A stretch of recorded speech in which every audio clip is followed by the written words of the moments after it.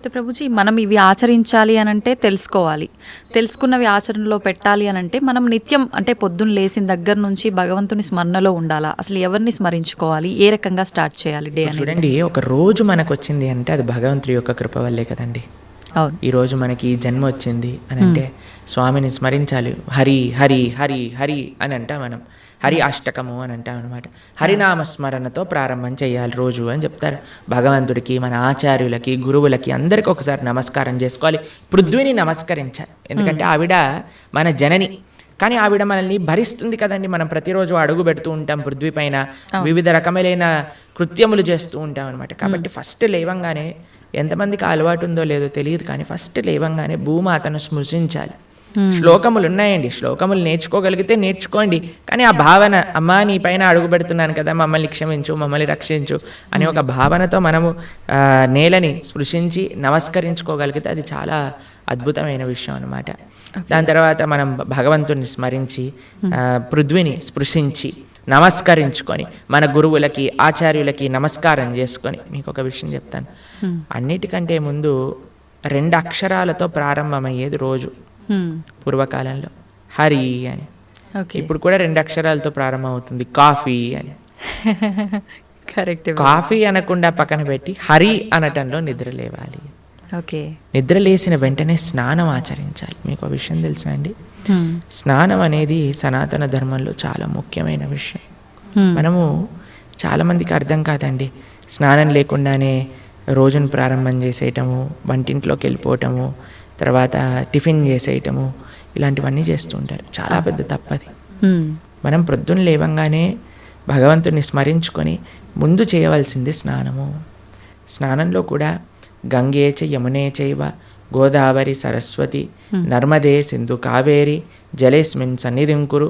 అన్ని నదులను కూడా గంగా జలమును, యమునా జలమును మనం స్మరించుకొని స్నానం ఆచరించాలి. మీకు ఇంకొక విషయం చెప్తాను, చాలామందికి తెలియని విషయం.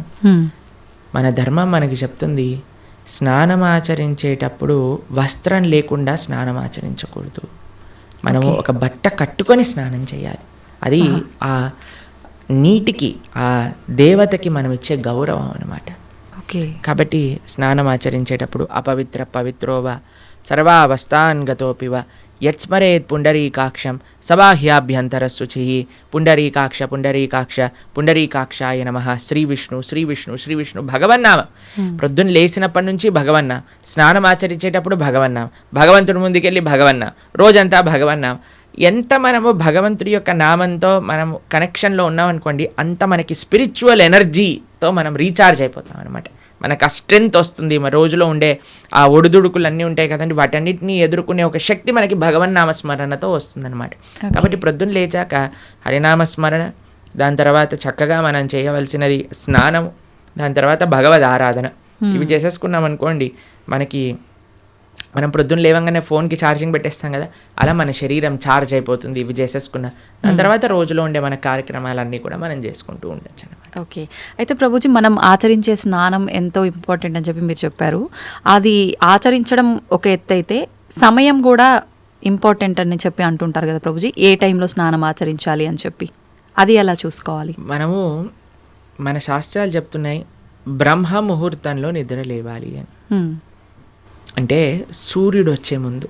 ఓకే. ఇప్పుడు మీకు ఒక విషయం చెప్తాను. మీ ఇంటికి ఒక గెస్ట్ వస్తున్నారు అనుకోండి, సరే ఈరోజు మీకు పండగ రోజు మీరు ఏం చేస్తారు? అరే ఈరోజు పండగ, త్వరగా లేవాలి, త్వరగా లేసుకొని కార్యక్రమాలన్నీ చేసుకొని నైవేద్యాలన్నీ తయారు చేసుకొని మనం త్వరగా ఈ పండుగని ముగించుకోవాలి, అమ్మవారి పూజ చేసుకోవాలని మీరు అనుకుంటారు, అవునా కాదా చెప్పండి? లేదా ఒక గెస్ట్ వస్తున్నారు అనుకోండి, సపోజ్ మీ గురువు గారు రేపు మీ ఇంటికి వస్తున్నారు అన్నారు అనుకోండి. మీ గురువు గారు ఇంటికి వచ్చాక బయట నాక్ చేశాక మీరు లేచి స్నానం చేసి రెడీ అవుతారా? లేదా ఆయన వచ్చే ముందే అన్ని సదుపాయాలన్నీ కూడా సక్రమంగా చేసుకొని పెట్టుకుంటారా చెప్పండి? వచ్చే ముందే చేస్తారు, అంతే కదండి. ఎవరైనా గెస్ట్ వచ్చినా, మన ఇంటి గురువులు వచ్చినా ఎవరో ఒకళ్ళు అలా చేసుకుంటాం కదా. సూర్య భగవానుడు ప్రత్యక్షంగా మనకి భగవంతుడి యొక్క స్వరూపం మనకి దర్శనమిస్తున్నారు. ఆయన ప్రతిరోజు ఉదయించే ముందే మనం నిద్ర లేవాలి. దాన్ని బ్రహ్మ ముహూర్తము అని అంటారు. సూర్యోదయం కంటే ముందు మనం నిద్రలేచి మన యొక్క స్నానాది కార్యములన్నీ పూర్తి చేసుకొని మనం రెడీగా ఉండాలి సూర్యుడిని స్వాగతించడానికి. మన యొక్క భగవన్నామ స్మరణ చేసుకుంటూ మనము రెడీ అయిపోతాం అనమాట. అందుకే సంధ్యావందనాది కార్యక్రమములు మనం ప్రొద్దున పూట, మధ్యాహ్నం పూట, సాయంకాలం పూట 3 పూటలు చేస్తాం అనమాట. ఆయన ఎవరికి చేస్తున్నాము అని అంటే సూర్యమండలంలో మధ్యలో ఉన్న భగవంతుడికి మనం చేస్తున్నాము. కానీ ఆయన మనకి భగవంతుడిని దర్శింపజేసే ఒక ప్రత్యక్షమైన క్యారియర్. ఓకే, కాబట్టి మనం ఆయన వచ్చే ముందే మనం నిద్ర లేవాలి. ఆయన రాకముందే మన యొక్క నిత్య కృత్యములన్నీ కూడా పూర్తి చేసుకొని మనము ఆధ్యాత్మిక కార్యక్రమంలో నిమగ్నమై ఉండాలి. ఓకే, మీరు చూడండి, ప్రొద్దున పూట లేవటం అనేది అటు మన ఆరోగ్యరీత్యా, అలానే సామాజిక పరంగా, అలానే మన ఆధ్యాత్మికంగా, శారీరకంగా, అన్ని మానసికంగా అన్ని విషయములలో మనకి మంచి చేస్తుంది. అందుకే early to bed and early to rice keeps a man healthy, wealthy and wise అని అన్నారు. కాబట్టి ప్రొద్దున పూట బ్రహ్మ ముహూర్తంలో నిద్ర లేచి స్నానం ఆచరించవలే. ఇది ప్రతి సనాతన ధర్మానికి సంబంధించిన వారు తప్పక ఆచరించాల్సిన ఒక పద్ధతి.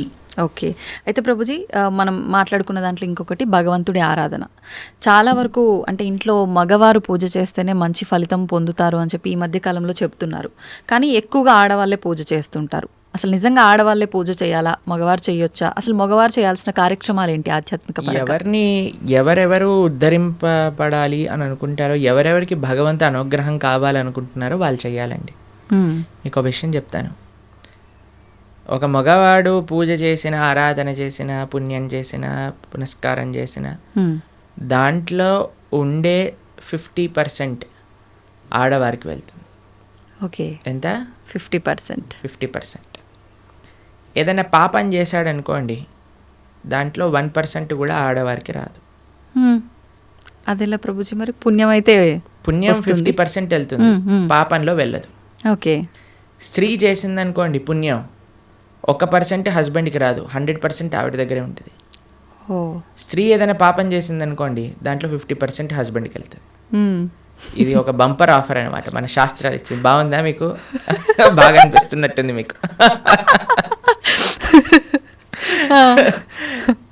శిల్ ప్రభుపాదుల వారు ఒక దగ్గర ప్రస్తావన చేస్తారు, everybody has to fly their own plane అంటారు. మనకి అంబరీష మహారాజు గారి వృత్తాంతంలో వస్తుంది. అయినా ప్రొద్దున లేవంగానే నిరంతరము కూడా భగవంతుడి యొక్క ఆరాధనలో, ఆయన చేతులన్నీ కూడా భగవంతుడి యొక్క పూజలో, పాదాలు భగవంతుడి యొక్క ఆలయ ప్రదక్షిణలో, మనసు భగవంతుని చింతించటం. సవై మన కృష్ణ పదార విందయో వాచాంసి వైకుంఠ గుణానువర్ణనే కరే హరేర్మందిరమార్జనాదిషు అని ఆయన యొక్క దినచర్య మొత్తం చెప్తారనమాట. ఇక్కడ వారి భార్య ఆరాధనకి నీళ్లు తెచ్చి తేవడానికి హెల్ప్ చేసినా సరే ఆయన అనేవారట, నా పూజ నేను చేసుకుంటాను, మళ్ళీ నీ పూజ నువ్వు చేసుకో. ఆయన అన్ని సదుపాయాలు సమకూర్చుకొని, ఎందుకంటే చూడండి భగవంతుడితో మనకుండే రిలేషన్షిప్ ఎక్స్ట్రీమ్లీ పర్సనల్ అండి. స్వామి మన తండ్రి, స్వామి మన తల్లి. ఇప్పుడు చూడండి మీకు ఒక విషయం చెప్తాను. మన ఇంట్లో ఎవరిదైనా పుట్టినరోజు ఉందనుకోండి, మనం ఏం చేస్తాం? ఒకసారి మాకు ఈ సంఘటన ఎదురైందనమాట. నేను మా తమ్ముడు కలిసి మా అమ్మగారికి గిఫ్ట్ ఇవ్వాలి అంటే, మా తమ్ముడు అన్నారు, నువ్వు నీ గిఫ్ట్ ఇవ్వు, నేను నా గిఫ్ట్ ఇస్తాను. ఎందుకంటే అమ్మకి నీ గిఫ్ట్ వేరే, నా గిఫ్ట్ వేరే. ఎందుకంటే మన ఇద్దరికి అమ్మ కదా. కాబట్టి అమ్మతో నాకుండే రిలేషన్షిప్ ఒకటి, మా తమ్ముడికి రిలేషన్షిప్ ఒకటి, అంతేనా? అయితే మేమిద్దరం అనుకున్నాం, సరే నేను నాకు తోచింది, నాకు ఇష్టం ఉన్నట్టుగా నేను చాలా బాగా పెయింటింగ్ చేసేవాడిని అనమాట, డ్రాయింగ్ చేసేవాళ్ళం అనమాట. అయితే నేను ఇచ్చేస్తాను, నేను ఏదో ఒకటి స్కెచ్ చేసిస్తాను అంటే, మా తమ్ముడు అన్నాడు, నేను ఏదో ఒకటి తయారు చేస్తాను, ఏదో ఒక బొమ్మ లాంటిది ఏదో ఒకటి తయారు చేస్తాను, ఇస్తాము అని ఇద్దరం వేరు వేరు చేసి ఇచ్చామన్నమాట. అంటే ఎందుకు అని అంటే, మనకి మన ప్రేమను వ్యక్తపరచుకునే మార్గం ఒకటి, ఒక ఇంట్రెస్ట్, ఒక టాలెంట్, ఒక way of expressing hour love ఉంటుంది, అంతే కదా. అలానే భగవంతుడితో కూడా ఒక భర్త తన కర్తవ్యం, అరే నేను భగవంతుడి యొక్క మార్గంలో, నాకు భగవంతుడు అవసరము, అందరికీ భగవంతుడు అవసరమే కదండి, ఆయన అందరికీ తండ్రి, తల్లి, పిత, పరమాత్మ అందరికీ ఆయనే. కాబట్టి మనం ఎలా ఆలోచించాలి అని అంటే, ఒక హస్బెండ్ తన ఆరాధన తాను చేసుకోవాలి, ఒక వైఫ్ తన ఆరాధనలోకి సంబంధించిన విషయములని సమకూరుస్తుంది, వంట చేసిస్తుంది, పూలమాలలు కట్టిస్తుంది. దాని తర్వాత వారి హస్బెండ్ వెళ్ళిపోయాక వైఫ్ తన ఆరాధన తాను చేసుకుంటుంది, పిల్లలు వచ్చి దండం పెట్టుకుంటారు, ఏదో అమ్మ నాన్నలకి ఇద్దరికి హెల్ప్ చేస్తారు, అందరు కలిసి ఆరాధన ఒకటి ఉంటుంది, ఒక్కొక్కళ్ళు కలిపి ఆరాధన ఉంటుంది అన్నమాట. కాబట్టి ఏదో స్త్రీలు చేస్తే ఇల్లంతా బాగైపోతుంది అనే భ్రమలో నుంచి బయటపడండి, మీకు 1% పుణ్యం రాదు. కాబట్టి జాగ్రత్తగా మీ పూజ మీరు చేసుకోండి, మీరు బాగుపడాలి అని అనుకుంటే. కాబట్టి పురుషులు తప్పకుండా ఆరాధన చేయాలి. పురుషులు ఆరాధన చేస్తున్నారు కదండి, స్త్రీలు వదిలేయకూడదు. పురుషుడి ఆరాధన పురుషుడికి, స్త్రీ ఆరాధన స్త్రీ, పిల్లల ఆరాధన పిల్లలకి, అందరికి. ఇప్పుడు చూడండి, ఇంటి పెద్ద తింటే మిగతా వాళ్ళందరికీ కడుపు నిండిపోతుందా? లేదు, ఎవరికి వాళ్ళు తినాల్సిందే అంతే కదండి. మీరు అంటారు కదా, అయ్యా మీరు తినండి, అయ్యా మేము పర్వాలేదు, మీరు తింటే మాకు తిన్నట్టే అని అంటారా? లేదా మీ హస్బెండ్ వచ్చి అమ్మ నువ్వు తినేసి నాకేం పర్వాలేదు, నువ్వు తింటే నేను తిన్నట్టే అంటారా? కాదు కదా. ఎవరెవరికి శక్తి కావాలంటే వారు వారు భోజనం చేయాలి. అలానే మనం కూడా మనకి శక్తి కావాలి, మనకి భగవంతుడి యొక్క కృప కావాలి అంటే మనం భోజనం చేస్తే ఎలా అయితే మనకి శక్తి వస్తుందో మనము ఆరాధన చేసుకుంటే అలా మనకి భగవంతుడి యొక్క కృప అనేది లభిస్తుంది.